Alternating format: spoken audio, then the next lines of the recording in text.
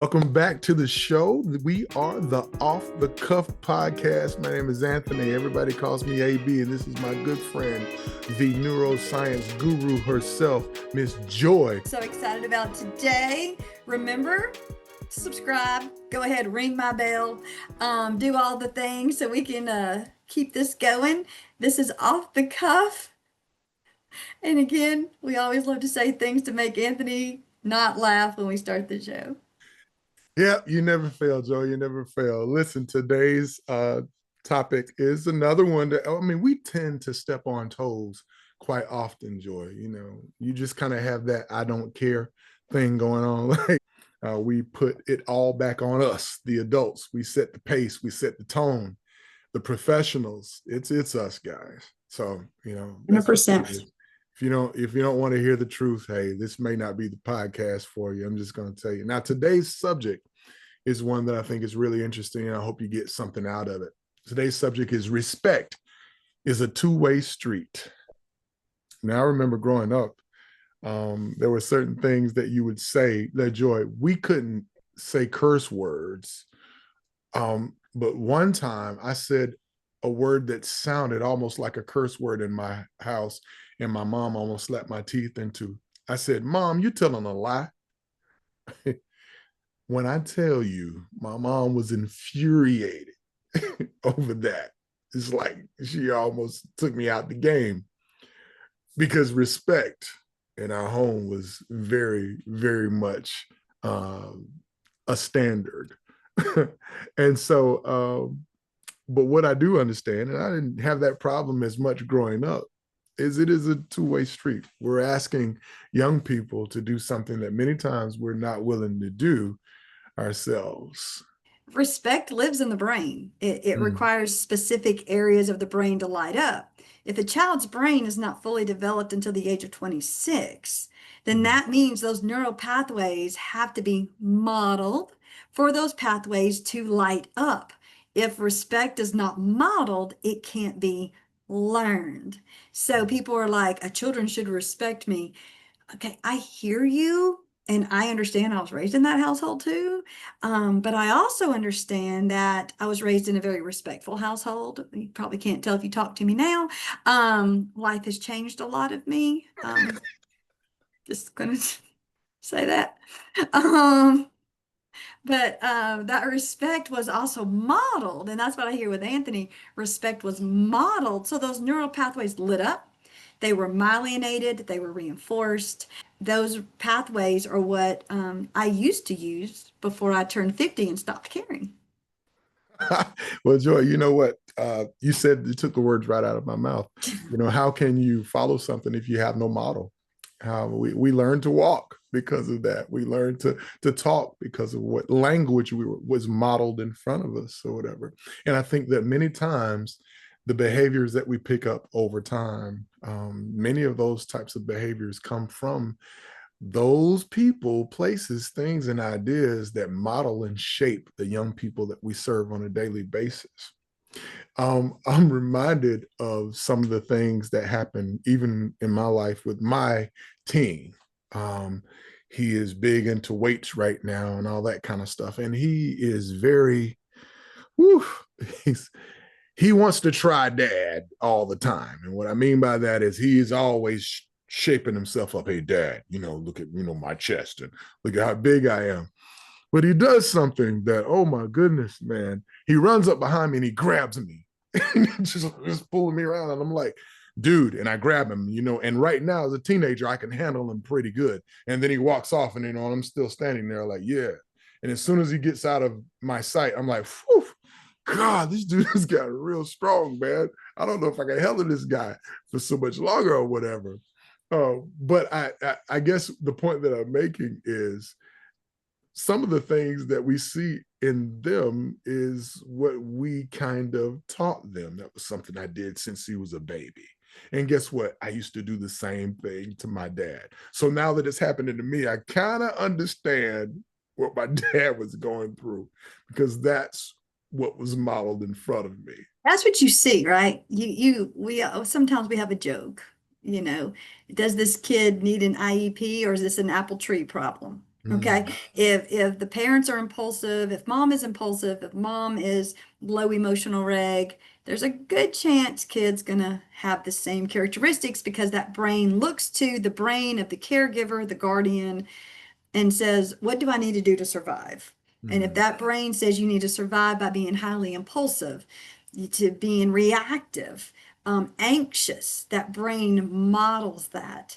mhm, And it's a fascinating piece to watch because you can see a lot of kids take this and they act like their parents and their parents don't want it. Their parents are like, no, this is not how this is not how I raised you. No, it's how you acted in front of them. yeah, And you say that a lot. Kids will watch what you do, not listen to a word you say. absolutely, you know, absolutely. and that's just the brain. The mirror neurons are always recording Mm, and learning from the environment because the brain's number one job is to survive. And absolutely. so if the world is a scary place, then I need to be a scary person. If the world's an unpredictable, I need to be unpredictable to ride with it, right? Yeah. That's what kind of creates our kids. I call that reality therapy. I wish there was a way we could teach kids, when it comes to reality therapy, to start paying some of these bills and stuff because food just does not show up and appear in a refrigerator, but that's something totally different. Yeah. See, we go through stuff too, people. This is not just something we're telling you. We're living this thing. Respect is a two-way street, Joy. Now, when it comes to let's consider the position of someone who may not be a parent, or maybe they're working with the young person. Let's say a social worker, let's say a teacher, let's say a principal, even. When it comes to respect, what I have noticed, I've had a lot of success with giving the respect in public and correcting them in private. If they're giving some type of behavior they're just not approving of right now, I've noticed that if I take them aside and deal with it like that, it works out a little bit better than if they're in front of their peers. So I've noticed that those things do work. Now, I will say that there are some things about myself that I have to also be very careful about as well, because I can be very sarcastic, especially if a kid's being sarcastic and they kind of take it too far. um, you know, it makes me feel better to get sarcastic back. Okay, you're gonna do this in this room in front of all these students. Great. I'm gonna do the same thing. So the student says to me, students like, Mr. Brooks, you got a bald head, you look like blah, blah, blah. And everybody laughs. And so, okay, all right, you're gonna just do that, right? All right, okay. And then he says something else. And then he says something. And before I thought about it, I was like, well, your breath smells so bad that when you sneeze, your teeth duck. And then the class goes, wow. And the students' feelings got hurt. And then, we got to deal with other situations. The parent gives me a call about it. So I'm thinking the parent's going to be very upset. And I was really willing to admit, ma'am, yeah, I probably took it a little too far. I probably should have just taken him to the side and say, hey, listen, this is not going to end well because I'm going to say something smart and it won't be good for you. So the parent says, Mr. Rook, you did say this to my child. And I said, yes, ma'am, I did say that, blah, blah, blah. This is what we're going to do in the future. And she said, blah, she bust out laughing. She's like, that's the best thing I've ever heard. I've been trying to put him in his place and I've been trying to this and that. But that worked out really well for me. But I will say that I probably could have handled the situation better. So no perfection going on here. Only real stuff, real talk off the cuff. We're just being honest. We don't always get it right. So when it comes to respect, sometimes we mess up. And that was one of my instances where I didn't do as well as I should have. So One dangerous thing we do as adults is we put our well-developed brains into kids and we forget that our brains are developing. Those neural pathways are developing. And respect is not live in one area of the brain, it lives in mm-hmm. multiple areas of the brain because respect Mm-hmm. pulls cultural context, Mm-hmm. social cues, verbal cues, and Mm-hmm. the other person's body language. Mm-hmm. So one thing to understand is that it's pretty complex in the brain, where it lives. And so, of course, if you have a developing brain, they're not always going to get it spot on. One Mhm. thing we do that's dangerous is we'll label it as disrespect. And what I have found is a lot of people who say disrespect will automatically trigger a survival response. It triggers a reactionary response. Mhm. No child's going to disrespect me. It's funny, Anthony, working with inmates, what's the number one thing? The number one thing inmates will say when they're going to fight, ain't nobody going to disrespect me. Oh yeah. Right. Yeah. And it was funny because I was working with a group on anger management. And I said to one of them, he's like, I said, anger is always hides fear. And this is a big dude. And we're in a group of 25 men. And he's like, I ain't scared of nothing. Now, y'all can't tell on this video, but I'm 5'3". Um, I ain't nothing special. And so I look at him and I'm like, eh, anger usually hides fear. He said, Miss Joy ain't scared of nothing. And I said, okay. I said, you want to play a game with me? And he's like, no. Because see, they played a lot of my games and realized I'm not really a fun game player. There's a reason I don't get invited to parties. And I said, come on, play a game with me. And so I sat down in front of him and I said, what's something that makes you angry? He said, when that man over there calls me a name and pointed to another inmate. And of course, oh, the room got oh tense. And I was like, what difference does it make? And he said, what? And I said, what difference does it make? And he said, because he's not going to disrespect me. I said, what difference does it make if that boy disrespects you? I said, you're twice the size. What difference does it make? Ain't nobody going to disrespect me in here. Why? Because then I'll be seen as a punk. Okay, then what? He's like, ain't nobody going to see me as a punk. And he's getting angrier and angrier. And the whole room is silent. I said, so who cares? You're seen as a punk. He said, you don't get it. He said, if I'm seen as a punk in here, they can jump me. I can die. I said, oh, you afraid of dying? And he kind of looked at me and he goes, uh, see, disrespect Mm. lives, will actually ignite the amygdala, the threat response. So Mm. as soon as we do that, we lose 50 IQ points. Mm. So if I say kids disrespecting me, you'll see this a lot with parents and teachers and coaches. I love me some coaches. You ain't going to disrespect me. You're going to run 17 laps. You're going to run till you die. Okay.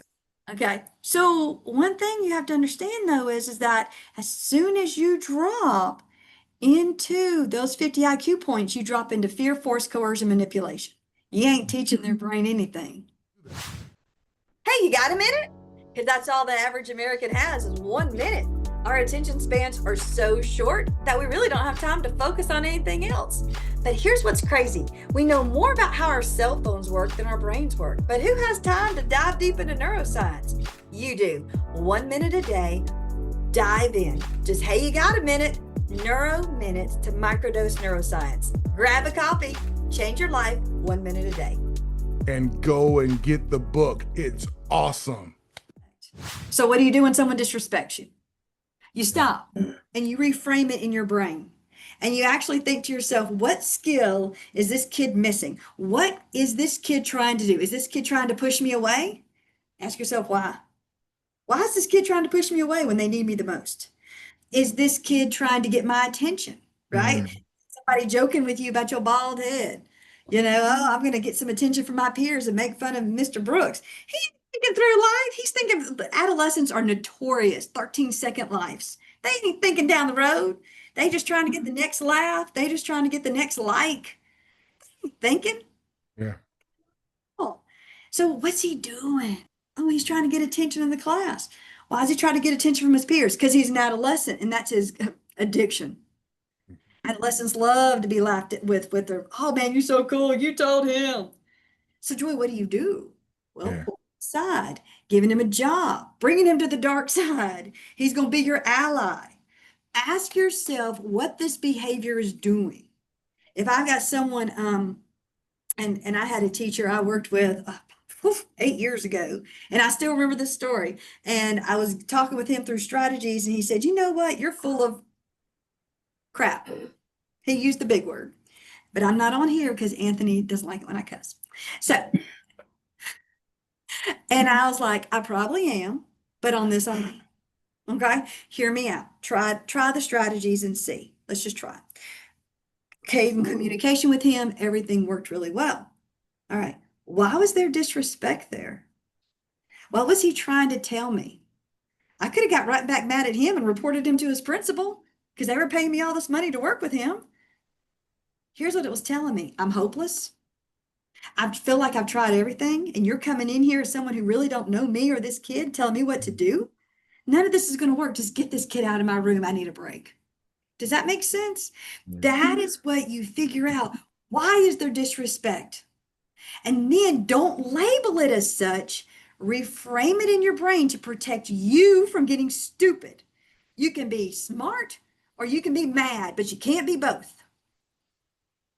Right? So choose your journey. And back in the 1980s, they used to have these books. They were my favorite to get from Scholastic Book Fair.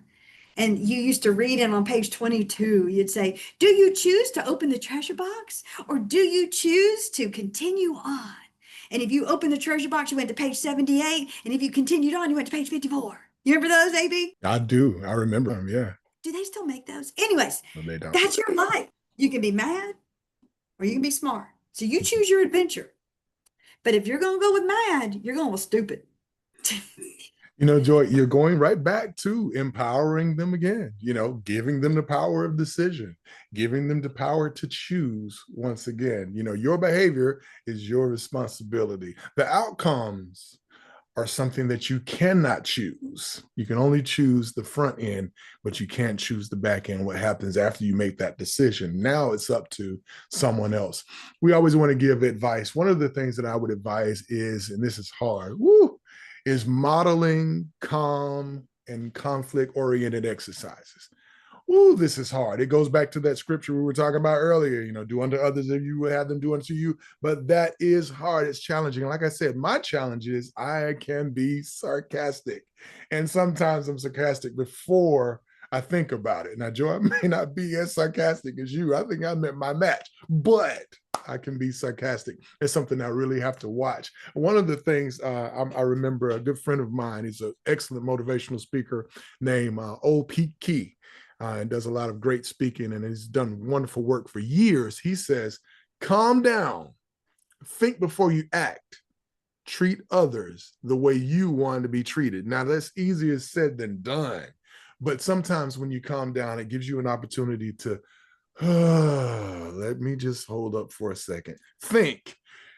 Now action comes out. Treat others. Treat other situations. Treat other circumstances the way that you would like the outcome to happen for you. So, Joy, I think that we've almost come down to the end of another wonderful show. I hope that you guys got a lot out of that. As always, Joy, are you ready for this? As always, be kind and keep showing up. That's it. I wrote a book. Go check it out. Now, the book is called How to Eat an Elephant. And the old adage, of course, is one bite at a time. It's a book about young people and how to work with youth of today. But it's more about you, the adult, the person that cares for the young person, the advocate, the person that works with young people all the time. I want you to check it out. Finally, a book written by someone who's walked the walk and not only talks the talk. Real talk. Deuces.